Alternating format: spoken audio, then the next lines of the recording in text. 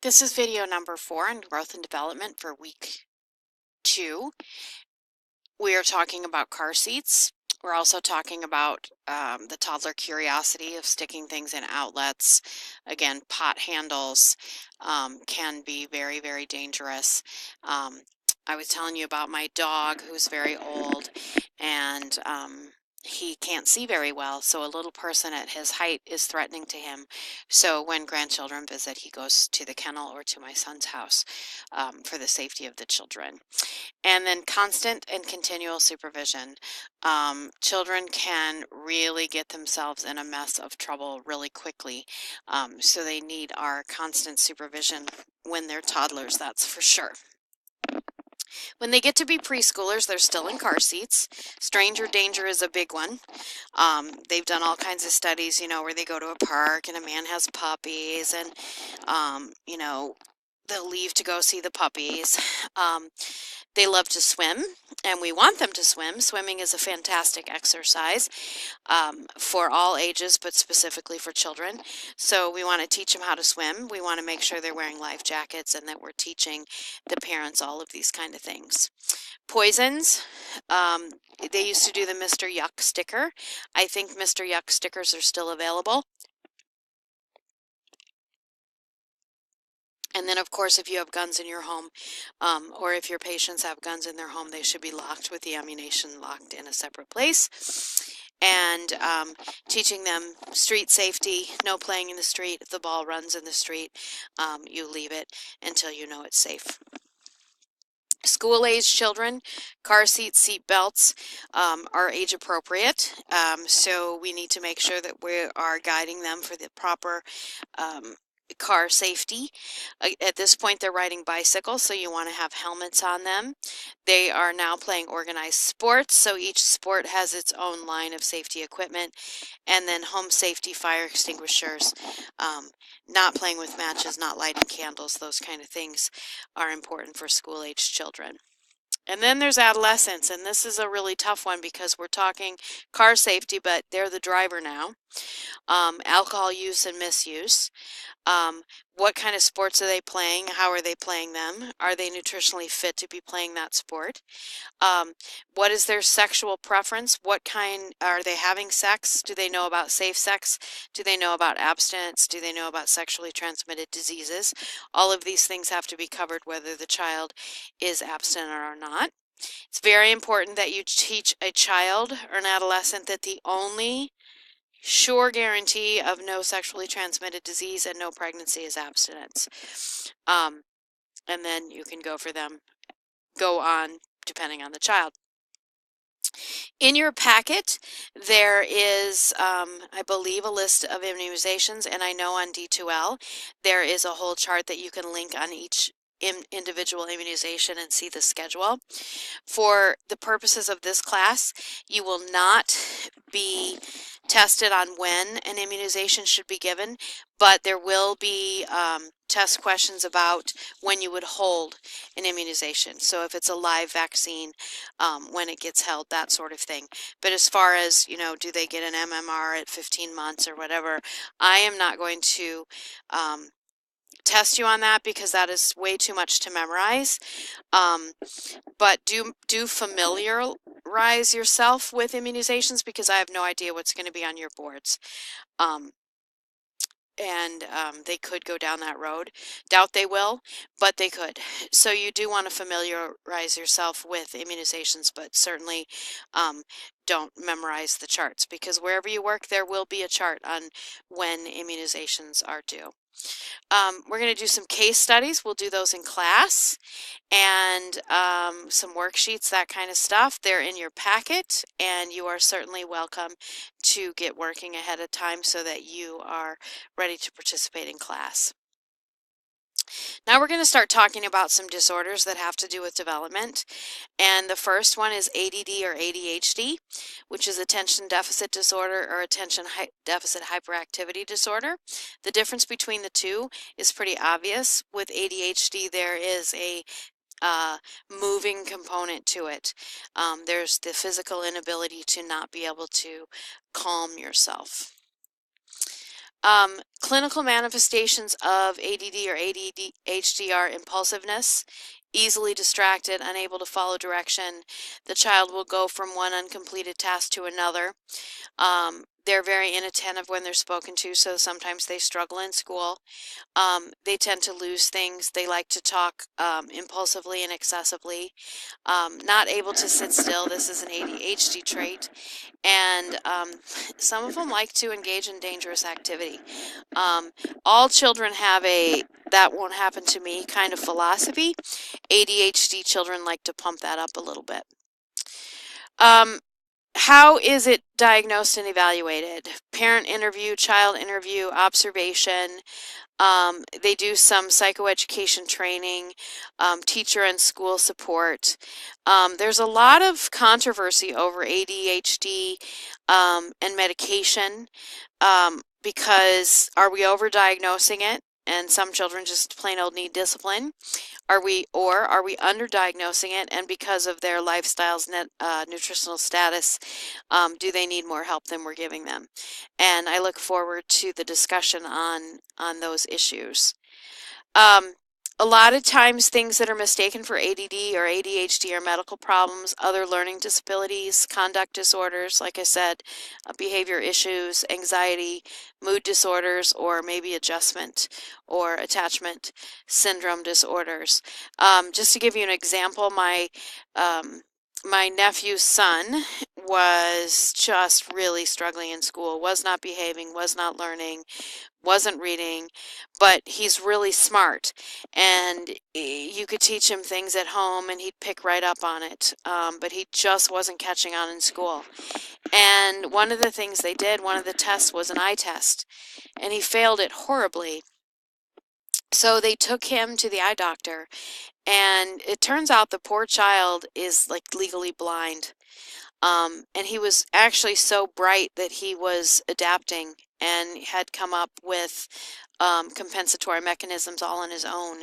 As soon as they put glasses on that kid, he was a different child in school because he could see and he wasn't frustrated. He picked up on reading right away. He's doing phenomenally well, and all it was glasses. So we really have to work with parents to not jump from, um, you know, had a bad day at school to um, 5 kinds of medication for ADHD. Now, I'm over exaggerating that a little bit, but I do believe that it happens. Um, there are different kinds of medications and therapies. There's behavioral therapy, therapeutic management, psychotherapy, and then, of course, our favorite is pharmacological therapy. We use psychostimulants, which actually have a calming effect on children. So Ritalin, Concerta, there's all kinds of different ones. And what you want to know is kind of the class of each medication. A couple of the, some of the more important names listed here. And you want to know what their effects are. And one of the biggest effects of these drugs is they hamper intellectual development. So there's a lot of controversy over whether they should be prescribed or not. Always you want to explain the diagnosis to the parents. You want to support the family whichever way they go. If they want to medicate the child, you need to support that and give them all the education available. If they choose not, to medicate the child, you need to work with that too. You also have to work with environmental things, like what's going on in the classroom. Is it a really crazy classroom and the teacher doesn't have any control and the child isn't going to be able to settle himself no matter what? Those are all things that have to be addressed also. And does the child need to be in a special classroom that's just for ADHD kids? All these kids have special needs. It doesn't mean special needs like they can't learn.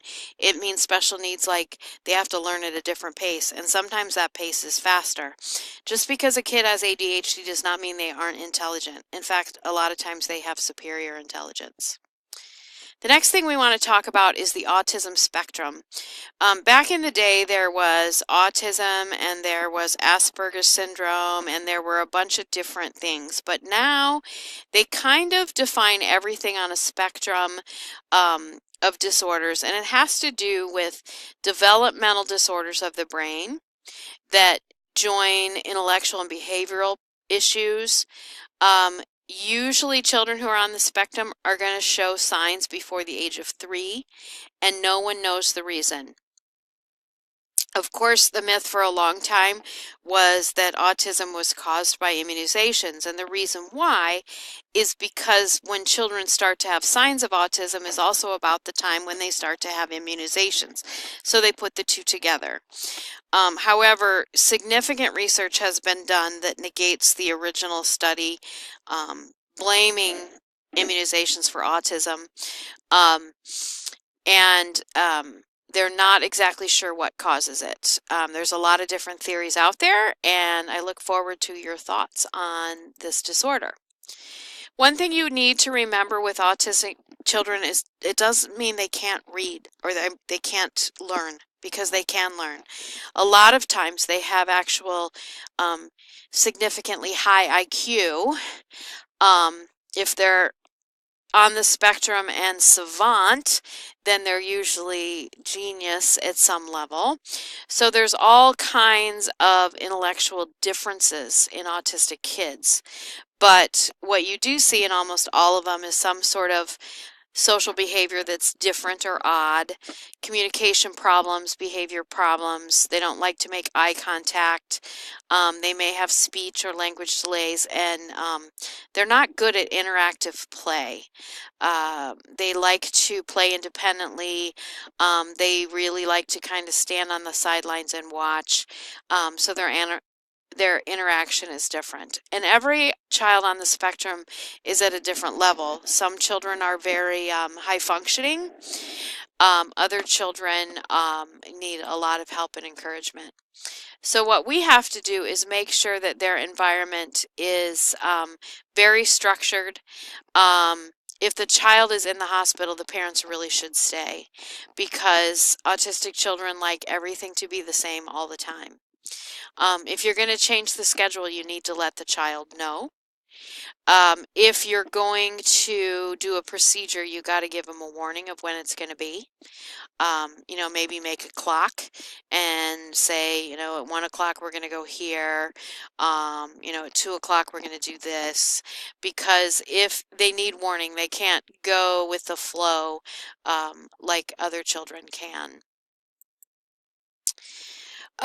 Cerebral palsy is another neurological disorder, and cerebral palsy starts with some sort of damage to the brain, usually at birth.